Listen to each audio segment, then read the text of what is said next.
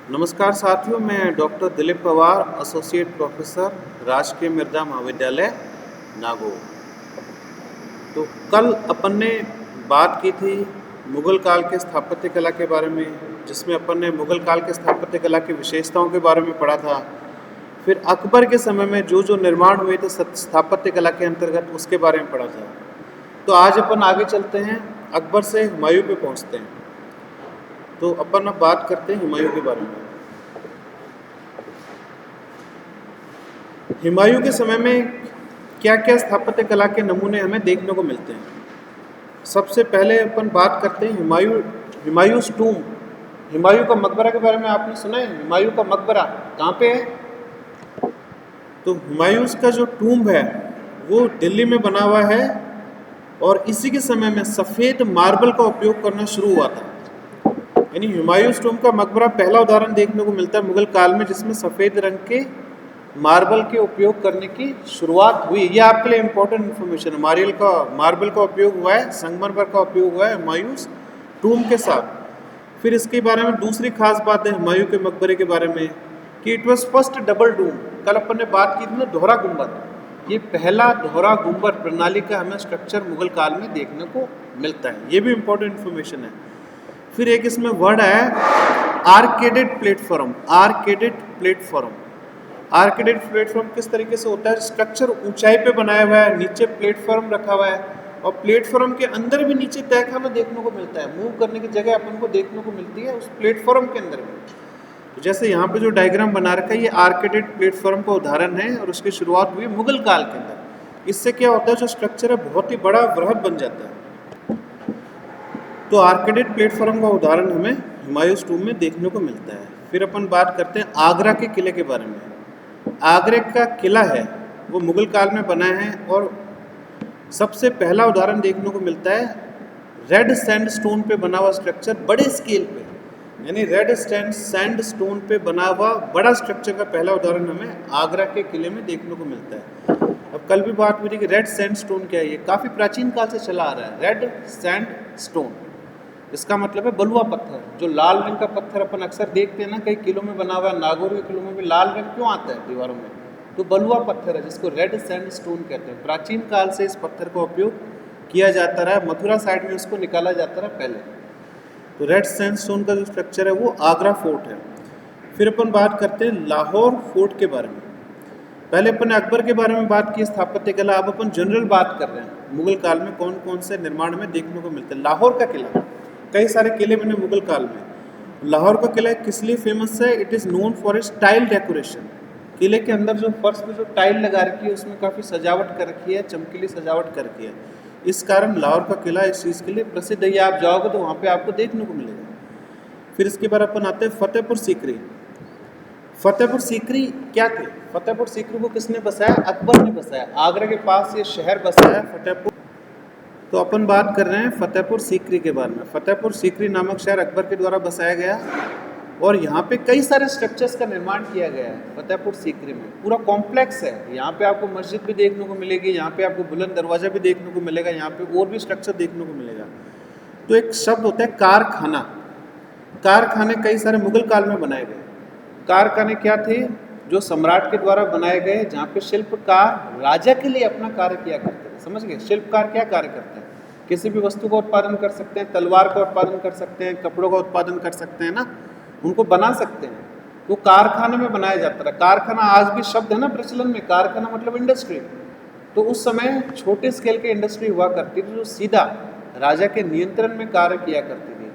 मजदूरों को लाया जाता रहा, शिल्पकारों को लाया जाता रहा, राजा उनको तनख्वाह दिया करता रहा, और जो मजदूर है वो बदले में कार्य किया करते थे राजा के लिए। जो भी वस्तु का उत्पादन होता था वो राजमहल में उपयोग में लिया जाता था। जैसे राजमहल के अधिकारी जो कपड़े पहनते हैं, उनका उत्पादन हो सकता रहा वहाँ पे, हथियारों का उत्पादन हो सकता रहा। जो भी राज्य की आवश्यकता की वस्तुएं थी, उनका निर्माण कारखाने में किया जाता रहा, और राजा का सीधा नियंत्रण। इम्पोर्टेंट ये, सीधा कंट्रोल राजा को उन पर हुआ करता रहा। और अकबर के बारे में कहा जाता है कि अकबर बहुत ज़्यादा रुचि रखता था कारखानों में। अकबर समय निकाल के खुद इन कारखाने में जाता था, मजदूरों के पास बैठता था, उससे वो विधि सीखने की कोशिश करता था, उनको गाइडेंस देता था। तो अकबर की कारखाने में वस्तु के उत्पादन में रुचि रही है। वो उसके व्यक्तित्व का एक हिस्सा है। फिर फतेहपुर सीकरी में एक और स्ट्रक्चर में देखने को मिला है जिसका नाम है मरियम पैलेस। मरियम क्या है? मुगल काल में किसी राजकुमारी का नाम हो सकता है मरियम। तो रॉयल लेडी का नाम था मरियम, इसके नाम पे एक महल बनाया गया मरियम पैलेस। और ये किस लिए फेमस है? मुरल पेंटिंग्स क्या है? जो दीवारों पर जो भित्ति चित्र बनाए जाते हैं उनको मुरल्स कहा जाता है। मुरल पेंटिंग, जैसे अजंता अलोरा में भी हमें मुरल्स देखने को मिलते हैं ना, गुफाओं के में मुरल पेंटिंग देखने को मिलती है, उसी प्रकार से मरियम पैलेस में हमें मुरल पेंटिंग देखने को मिलती है। तो अपन ने अभी बात की है मुगल काल के स्थापत्य कला के नमूनों के बारे में। अब अपन थोड़ा आगे बढ़ते हैं, हम जहांगीर के बारे में बात करते हैं, क्योंकि जहांगीर की विशेष रुचि थी पेंटिंग के क्षेत्र में। वो चित्रकला का बहुत अधिक शौकीन सम्राट था। इसके साथ साथ उसने स्थापत्य कला में भी कार्य किया। शाहजहाँ हो गया, शाहजहाँ ने ताजमहल बनाया, आपको पता है। लेकिन औरंगजेब का ना तो चित्रकारी में इंटरेस्ट था, ना उसका स्थापत्य कला में इंटरेस्ट था, ना उसका संगीत में इंटरेस्ट था, क्योंकि औरंगजेब अपने आप को एक बहुत साधारण मुसलमान समझता था और कुरान और हदीस इनके नियमों का 100% वो पालन करने में यकीन रखता था। इसी कारण उसने संगीत को भी बैन करा दिया था राजमहल के अंदर, और उसने पेंटिंग का कार्य भी रुकवा दिया था, और स्थापत्य कला में भी उसने रुचि नहीं दिखाई। और जो पहले बड़े स्ट्रक्चर बने हुए थे उसमें डेकोरेशन को कम किया है। अगर बहुत ज़्यादा साज सजावट का कार्य कहीं और रखा है तो उसको हटवा के बिल्कुल मिनिमम डेकोरेशन रखवाई है औरंगजेब ने। तो आपको समझ आ रहा है। तो अपन बात करते हैं जहांगीर के बारे में। अब देखो इसमें लिखा हुआ है कि जहांगीर के समय में पेंटिंग को अधिक महत्व दिया गया स्थापत्य कला के बजाय। समझ रहे हो? चित्रकला को अधिक महत्व दिया गया क्योंकि वो खुद एक चित्रकार था जहांगीर। वो पूरी रुचि रखता रहा चित्रकारी की जो बारीकियां होती थी उसको अच्छे से समझता था। और मुगल काल में जो पेंटर है कहाँ से बुलाए गए? ईरान से बुलाए गए, फारस से बुलाए गए।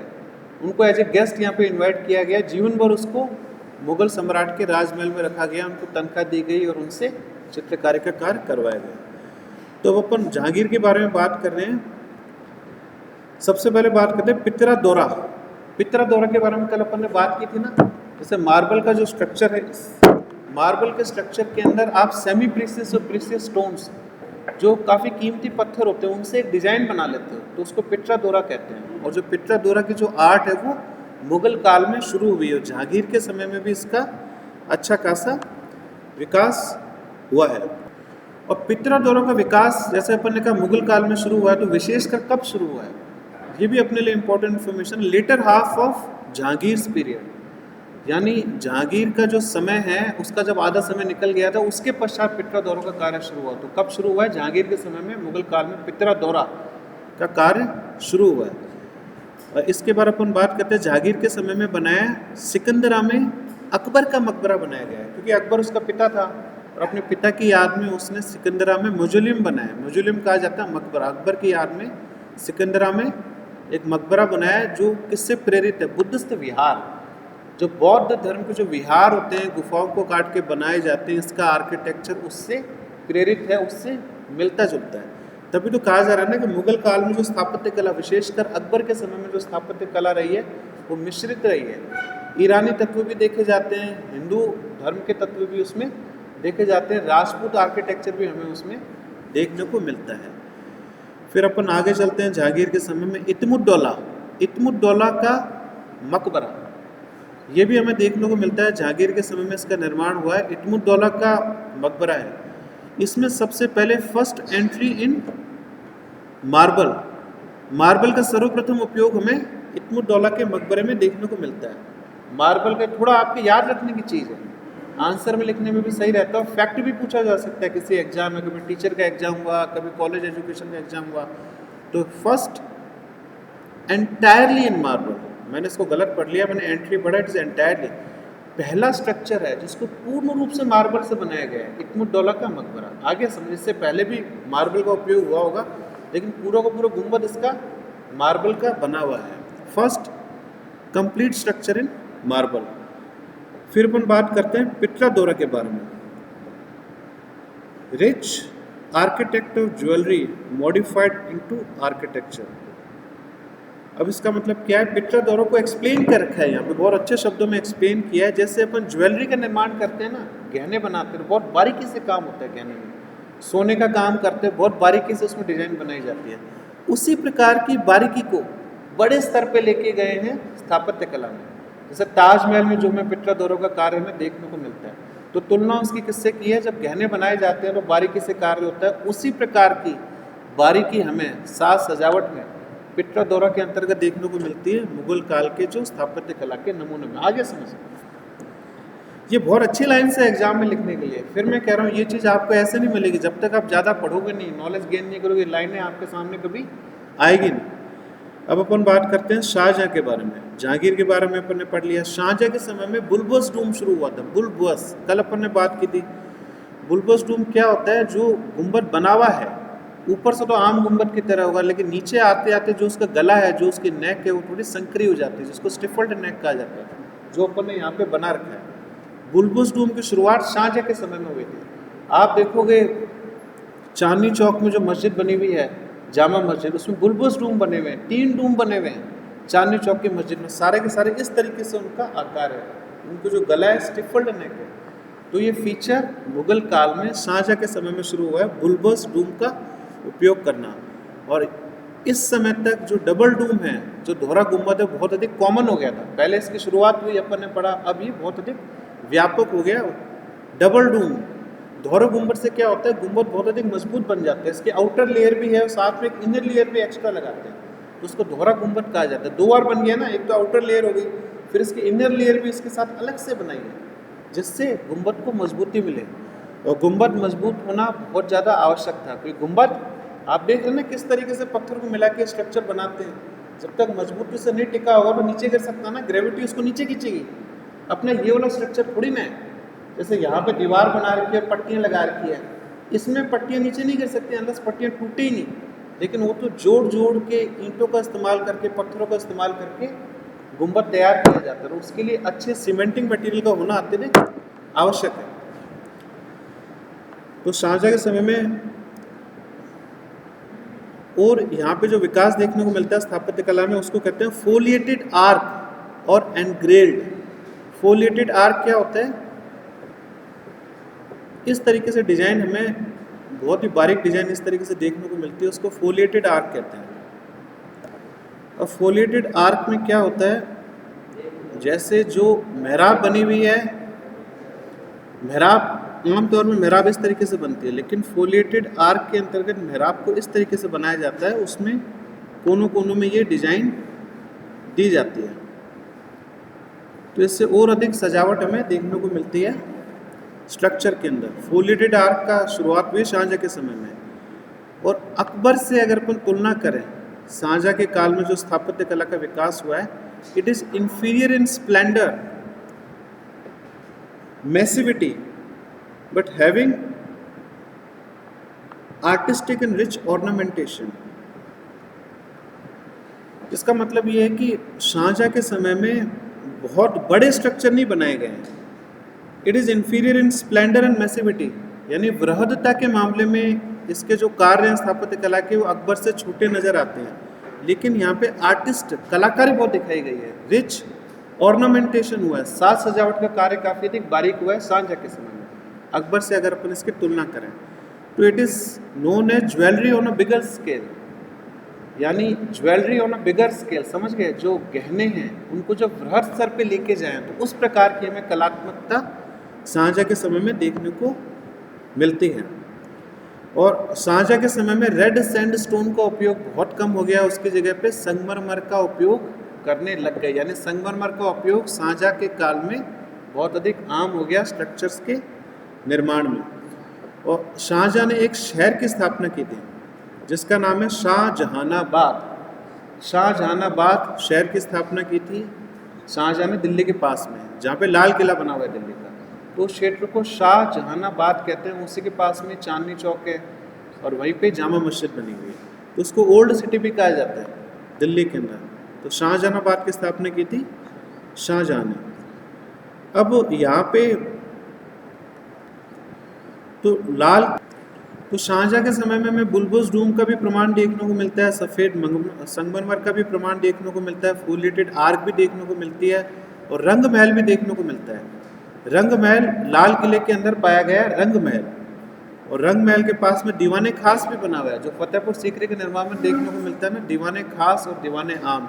तो दीवाने खास हमें लाल किले में भी देखने को मिलता है।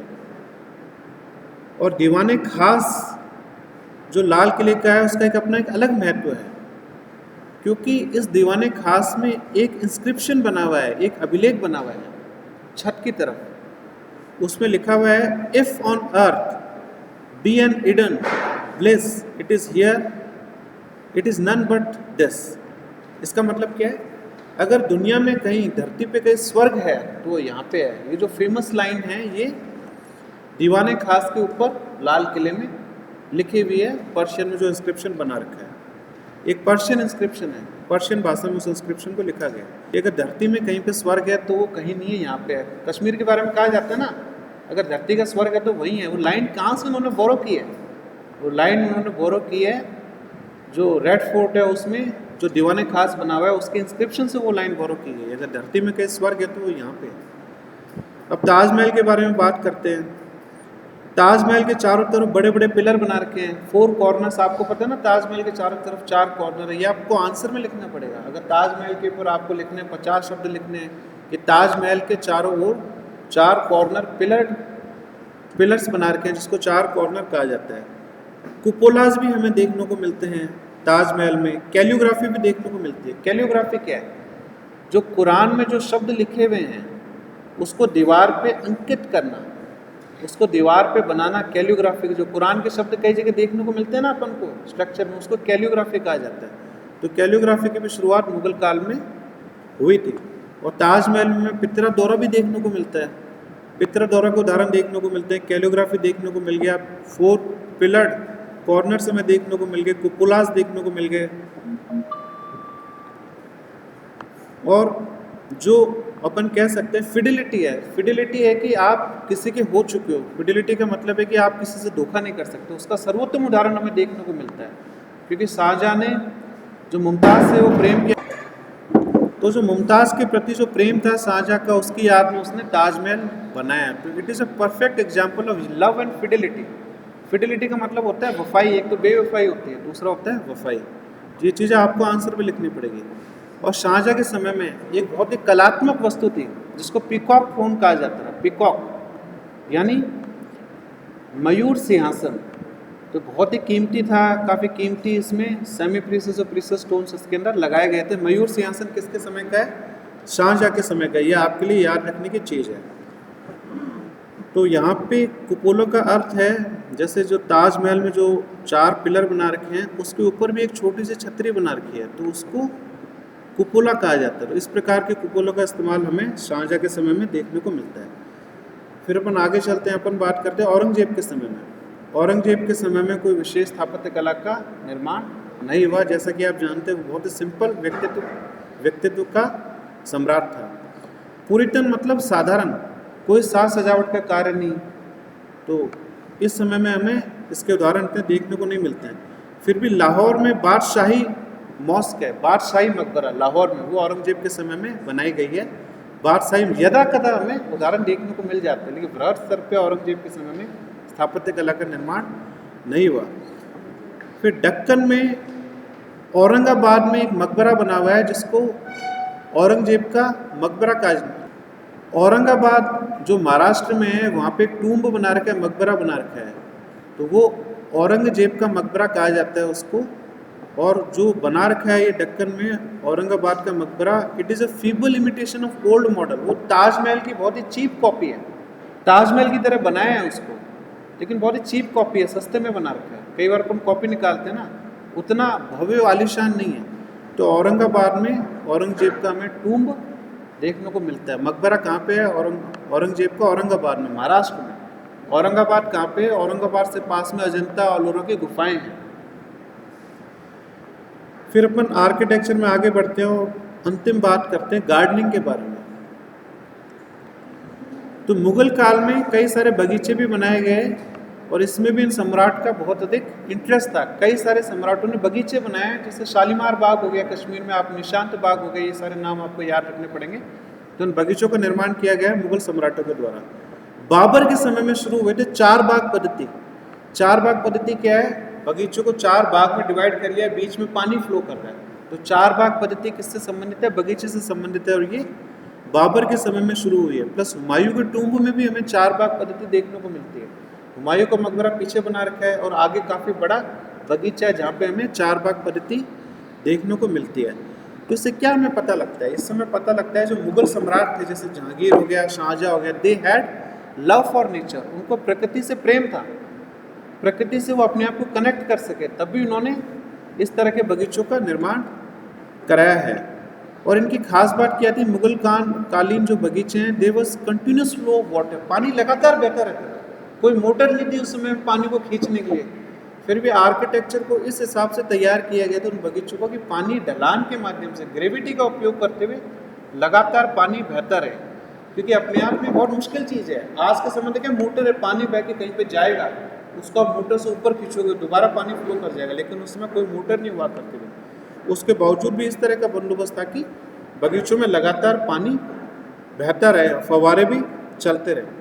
जैसे जहांगीर के समय में जो बगीचों का निर्माण हुआ, जहांगीर के समय में सबसे बड़े और बढ़िया बगीचे बनाए गए हैं। जहांगीर सबसे अधिक प्रेम करता रहा प्रकृति से, तो जहांगीर के समय में शालीमार बाग बनाया गया है, निशांत बाग बनाया गया है। ये सारे के सारे कश्मीर के अंदर हैं। आज भी जाओगे तो ये आपको बाग वहाँ पे देखने को मिल जाएंगे, जो टूरिस्ट सेंटर के रूप में आज के समय में तब्दील हो गए हैं।